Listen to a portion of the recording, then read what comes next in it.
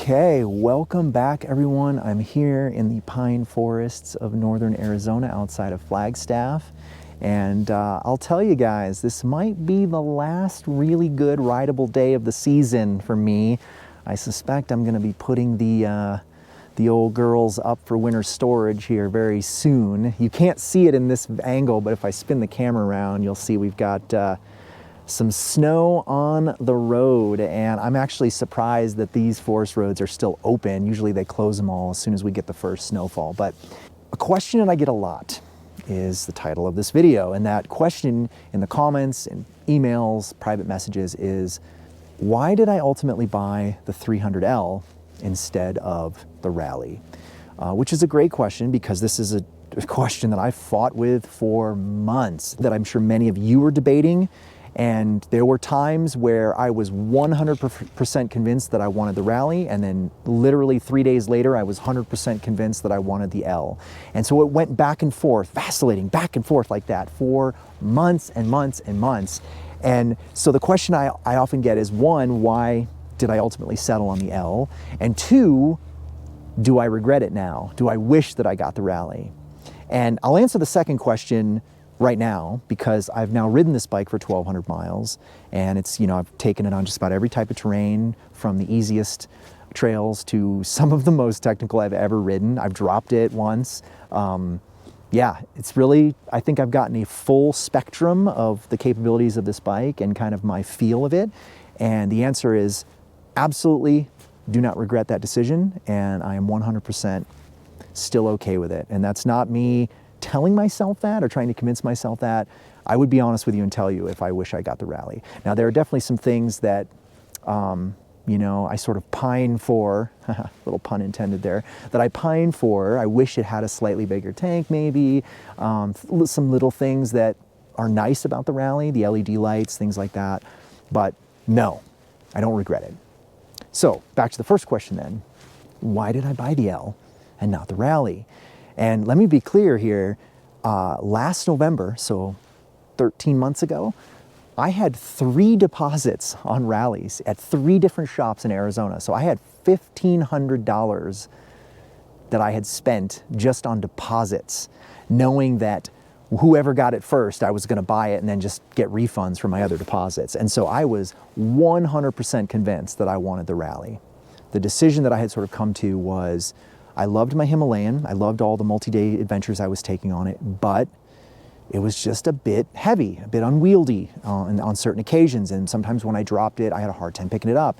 And so I sort of envisioned that I wanted an exact replacement for the Himalayan, sort of the same specs, more or less, but just lighter.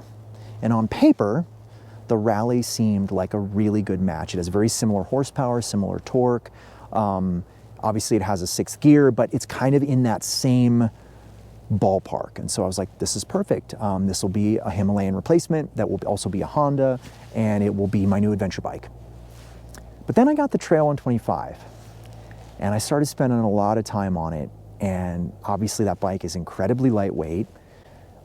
And I discovered that once I get on a bike that is significantly lighter and easier to manipulate, it opens an entire new world of confidence. And I was taking on roads and adventures that I would never do on the Himalayan, just out of fear of damaging the bike or dropping the bike. On the trail, I was like, heck with it, let's try this one. And the worst that happens is I gotta pick the bike up and turn around. And it was, I realized that I loved having a small trail bike. Of course, the Trail 125 comes with its own hindrances and challenges, like very low ground clearance, very low power, and also terrible suspension. I was constantly bottoming it out. But that doesn't change the fact that I loved it. I loved that it was a great commuter, great gas mileage, and allowed me to build and expand my skills.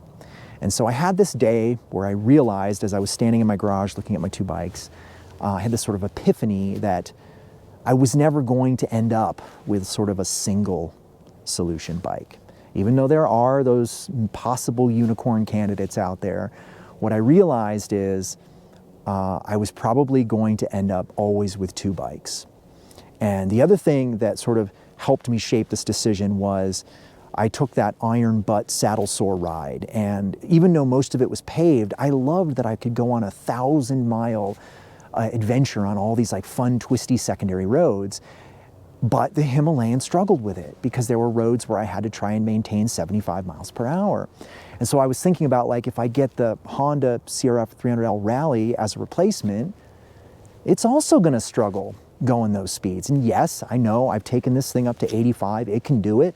But if I'm going for 100 miles at 80 miles per hour, that's not where this thing likes to be.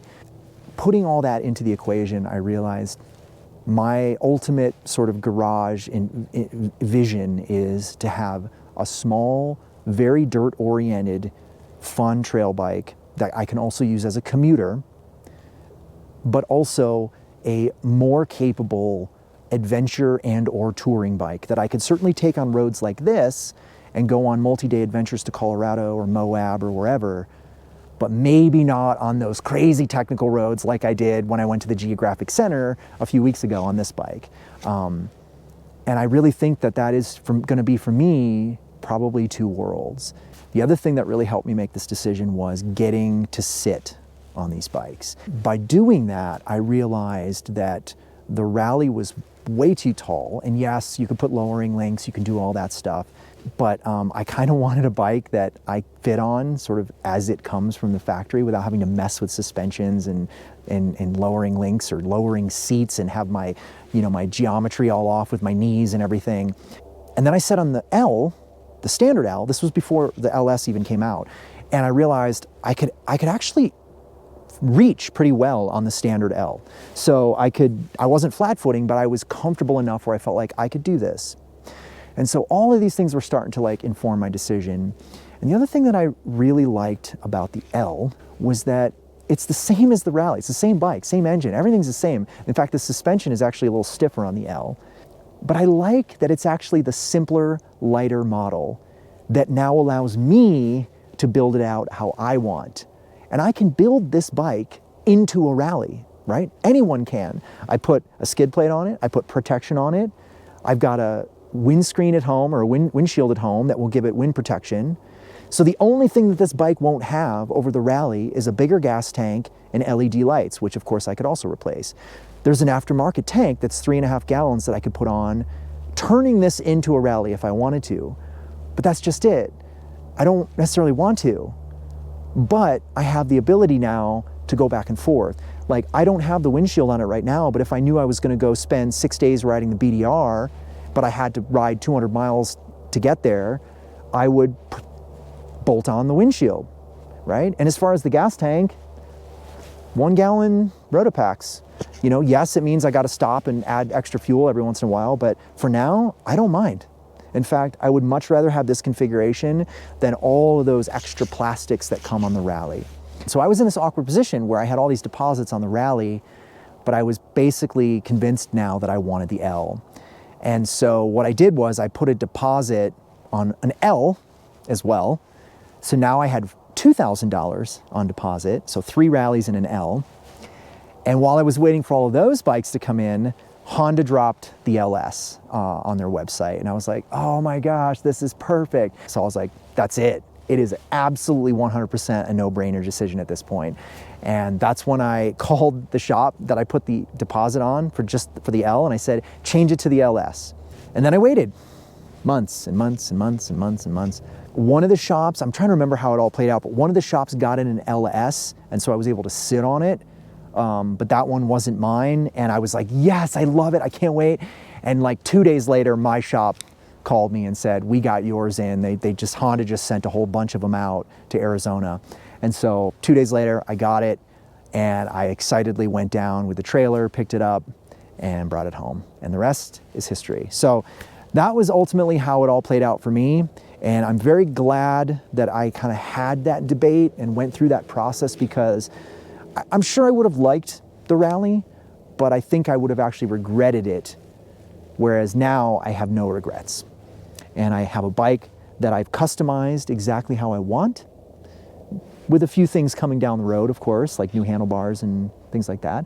But also a bike that I genuinely fit on And I really like the color too. I know that's kind of a silly thing, but I don't like all the bright red Honda stuff. I like that this is gray with topo lines on it. It's very much fitting for me, an outdoorsy hiker and mountaineer and glaciologist, et cetera, et cetera. So I love the topo lines. I love the color scheme. And I just love having a bike that I feel like I really had to figure out. And so I feel like I've like mentally earned this bike, if that makes sense. So anyway, I know that may not have been entirely useful. It was mostly just kind of me telling my story. But I do think now that I've ridden this bike for 1,200 miles that I can speak about it truthfully. So I guess if you're in this boat and you're trying to decide and there's like certain questions that you have about this bike or the Rally, I'll do my best to answer. I only sat on the Rally. I didn't actually ride it, but it's the same engine. Everything's the same. So I'm sure it feels the same. So far, my only complaint with this bike is still sort of that twitchy throttle, which I talked about in my first impressions video, which I'm probably going to resolve with a throttle tamer. That's the way that I'm leaning as opposed to putting in a new ECU. So that's probably coming next year. But please, please, please ask me questions and I'm happy to answer, because if you're thinking about it, I was probably thinking about it too. And it's real easy to watch those videos of, you know, our favorite Dutch YouTuber and just be like, well, that's clearly the best bike. That's the bike for me. That's the bike I want. If she can ride it around the world, I can ride it around the world. And it's very tempting to then just run down to your shop and put a deposit on it. But I was proud of myself that when I went and sat on the bike, I said, you know what? This is actually not the bike for me. And I'm gonna wait. I'm gonna wait and I'm gonna decline this beautiful red bike that's sitting in front of me and wait for something that is more up my alley. So that is my story, and that is why I got the CRF300L S. But again, even if they didn't come out with the S, I was going to get the L anyway. 95% sure, 99% sure that I was going to get the L and not the Rally.